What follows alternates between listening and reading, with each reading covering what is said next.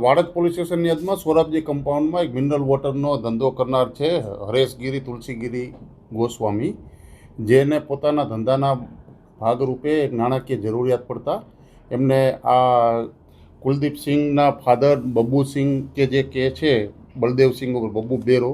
અને એમના પિતાજી પાસેથી 1 લાખ રૂપિયા વ્યાજના લીધેલા હતા અને નક્કી થયા મુજબ એમના ફરિયાદમાં જણાવ્યા મુજબ એમને 10% કાપીને ઉપર રકમ આપેલી હતી અને રોજના 1000 રૂપિયા લેખે એને ચૂકવવા માટેની વાતચીત થયેલી હતી.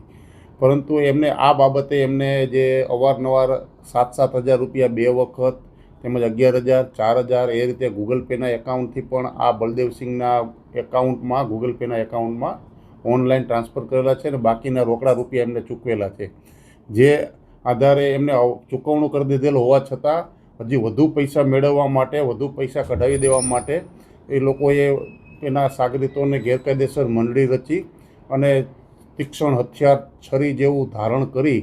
અને એમના ગળા ઉપર હથિયાર મૂકી અને પાછળના ભાગે એના છરીનો